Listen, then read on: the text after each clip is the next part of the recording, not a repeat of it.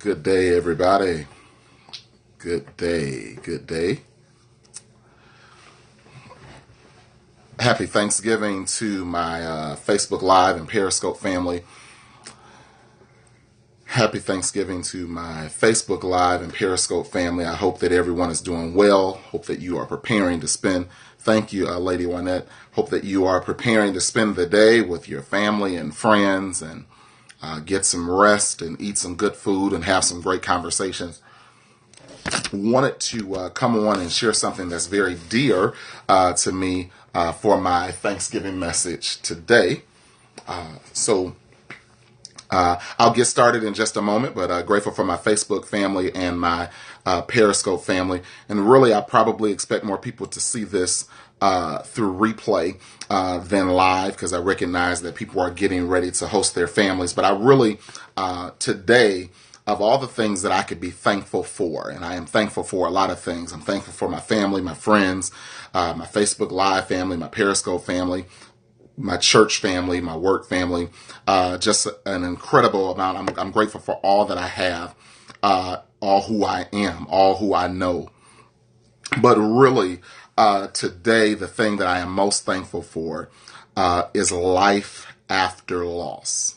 Life after loss. And that's what I want to just share with you all briefly about life after loss. I recognize that for everyone who has life at all, if you are breathing, heart is beating, you connect with people, you were born, at some point you will have gains and losses. And so today I am grateful for life after loss. The scripture says, give thanks unto the Lord, for he is good, and his mercy endures forever. And his mercy has been extended toward me, toward you, toward so many others, and so many things we don't even tell people. And so I'm grateful for that. I do want to tell you something, though, about life after loss. So I've been reflective over the last few days, and knowing that this day was coming, and knowing that the year is coming to an end.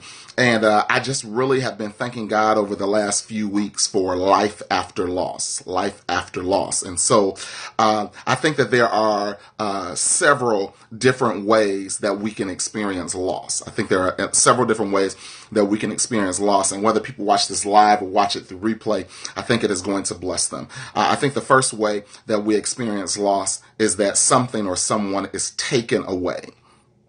I have had situations where I have had a job that was lost. I have had some relationships that were lost, some tangible items that were lost. People experience loss of homes, loss of jobs, loss of cars, all sorts of things. And so the first way that we experience loss, and these aren't in any particular order, nor is it an exhaustive list, is that things or something is taken away. And I'm sure that most of us have had something taken away that was of value to us at some point in our lives. Another way that we experience loss is that things or people in particular, things walked away. I've had people in my life, especially as a pastor, people who I have poured out my life to, who have almost sucked the life out of me and walked away. And I am compelled by God not to be bitter, not to be upset, not to be hurt, knowing that if I've helped to improve the quality of someone's life, that's all that I could do. And so you will experience loss by people who walk away. And they might not bring closure. They might not say goodbye. They might not give you a reason. And it may leave you dumbfounded or in a quandary or thinking, what if I hadn't said that? And what if I had done this? And what if things had gone another way? And the reality is that there are times that people will walk away. So you will have things taken away, things people may walk away. I think the third one is that people or things are pushed away. And it takes a very responsible person to say, hey, I have pushed some people or some things away. I know I have. I know that other people have. And whether we push them away because we were not ready for what they had to offer, whether we pushed them away because they wanted us but we didn't want them, or we wanted them but they didn't want us. And so to deal as a defense mechanism, we pushed them away and just built up a wall to say, hey, I'm not going to let this hurt me, this get me down, what have you. We have experienced loss because we have pushed people or things away, whether it was through arrogance, whether it was through ignorance, whether it was through we just did not want to accept the responsibility of this new reality. We have pushed some things away, whether it was a form of containment or just dealing with it.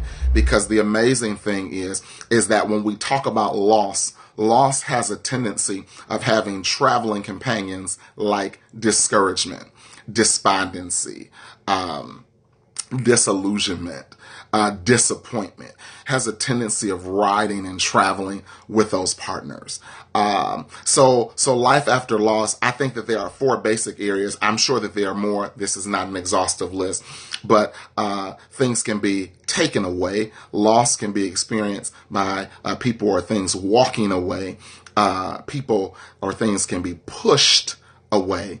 And sometimes when we make decisions about pushing things or opportunities away, sometimes we're not ready for the opportunity. And sometimes we are ready for the opportunity and believe that we don't even deserve it, or talk about the things that we don't have and how we're not qualified, whereas we negate the fact that in a lot of areas we are.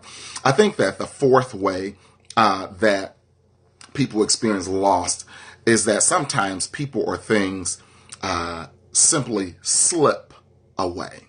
And that's the one that I really wanted to spend a little time on. I recognize that there are people on this holiday who are dealing with the loss of loved ones through family and friends, people who you thought were going to be with you forever, who were not, because of the sovereignty of God, that he either allowed them to slip away or he received them. And this is very near and dear to me about those slipping away during this Thanksgiving season. I want to share a personal story, and I'll conclude with this. A personal story about people slipping away is that this month mirrors November of 2001. In November 2001, the month mirrors that. So the days on the calendar in 2018 mirror the days on the calendar in November of 2001. And so my family experienced loss in 2001. We've experienced since then, but we've experienced it around this same time, like these exact dates on the calendar. Then it was on Monday, November 12th, that my stepfather, my mother's husband, my stepfather, he was in the process of experiencing a stroke and his decline and his exit from the planet. And I remember my mother sharing with me quite a few details about the story. And I will spare you from some of the details, but that happened on a Monday.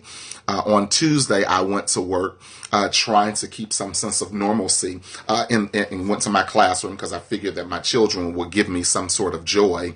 And I got a call from the hospital that you need to come to the hospital right away. And so that was Tuesday, the 13th of November, 2001. I waited a while before I left work, maybe another hour or two, and got to the hospital, and they were giving me the updates on what was going on.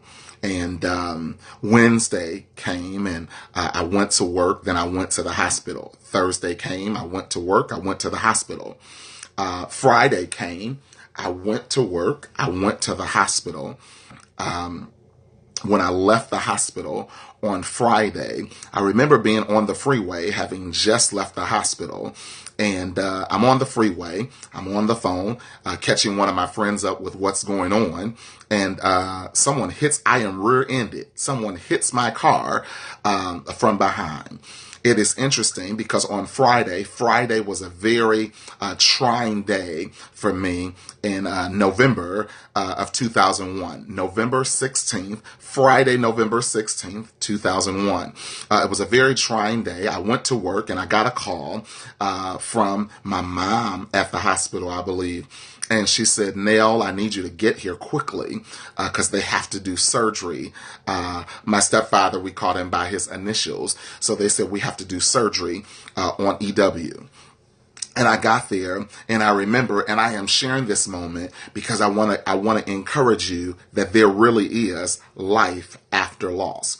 I got to the hospital and I remember sitting in the courtyard by myself, and every bit of the solid, strong, competent, intelligent, spirit-filled man that I am, I cried out to the Lord like a little baby. And I cried, and I will be honest with you that the preacher, not a pastor at the time, but the preacher, I was frustrated. I was angry with God, and I was not angry with God because he was taking my stepfather. I was angry with God because of the pain that my mother had to go through. I have seen my mother all of my life live uprightly, and live godly before the Lord. I see my mom be strong for the most part as a single mother. And now the Lord blesses her with somebody who has been in her life for 7 years, and things are going well and things are wonderful. And Lord, why would you allow this to happen? And I was frustrated with God. And I remember sitting in that courtyard at the hospital, and I was trying not to make a scene, but I really didn't care. I was out there by myself and I was just hollering and screaming as loudly as I could. And when I was finished with all of that, I told God, I'm not going to cry about this anymore, but I'm going to get it out today.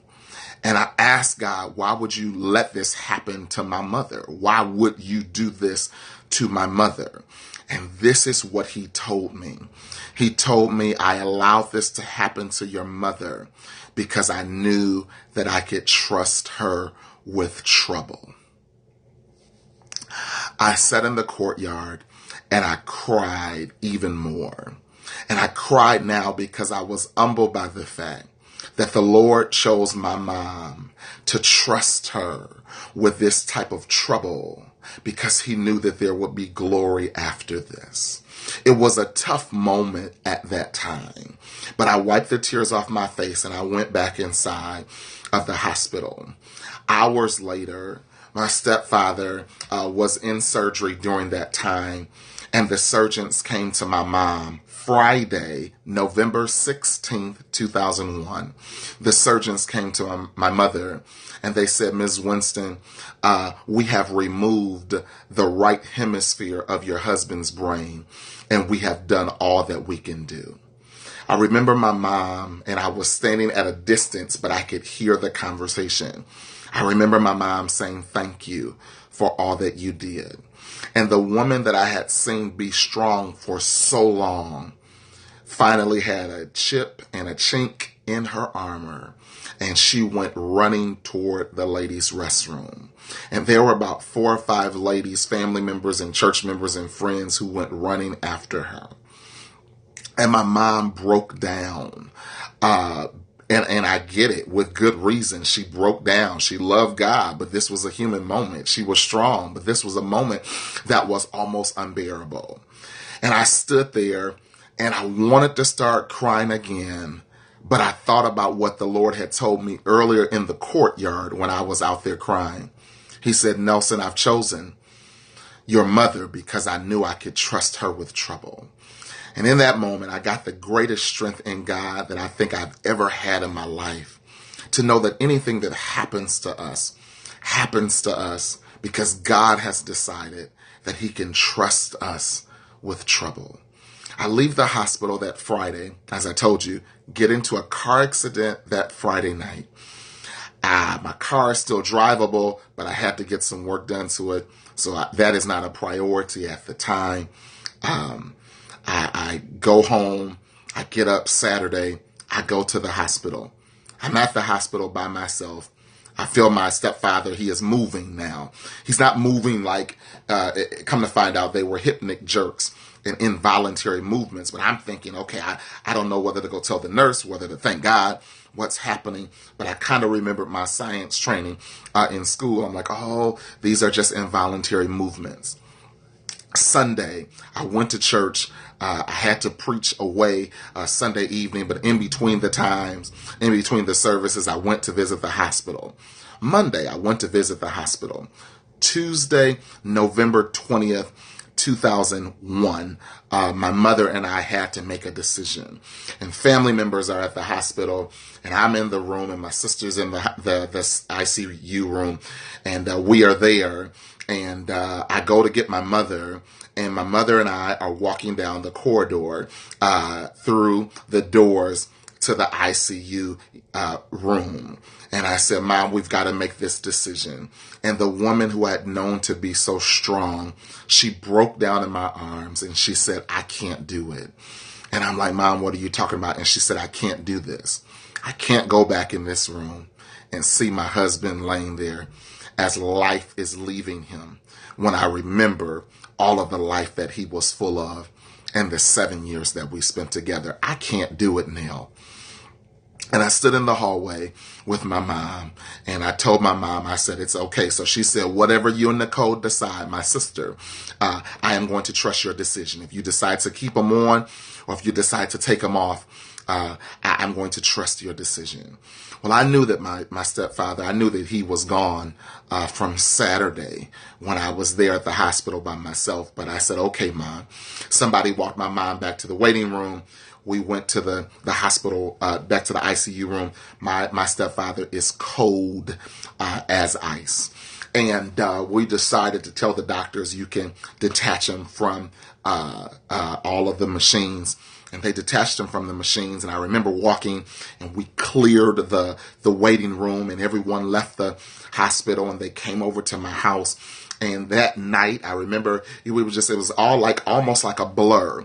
And people were at the house, and very few people came over on Wednesday. I guess they decided to give us a moment to breathe. And my mom and I went to the funeral home, and we're sitting there, just the two of us. And so they're giving us their condolences. And at the point where my mom has to make some decisions, she says, whatever my son decides is what we're doing. And I'm sitting there thinking, thanks, Mom, but no thanks. And so we made the decision. And then Thursday was Thanksgiving, November 22nd, 2001, which is a mirror of today. I went to church, and in church people were surprised that I was there, but where else would I be on Thanksgiving than in the house of the Lord? Because even after experiencing a loss, God was still a good God, and his mercy still endured forever for me. And I wanted to thank him for that day. I remember being home alone for Friday and Saturday because my mom was out doing some things. And, the whole situation is that just to show you the uniqueness of God, that my mom and my stepfather were married November 22nd. 1994, the Tuesday before Thanksgiving. And my stepfather slipped into eternity on Tuesday, November 20th, 2001, the Tuesday before Thanksgiving.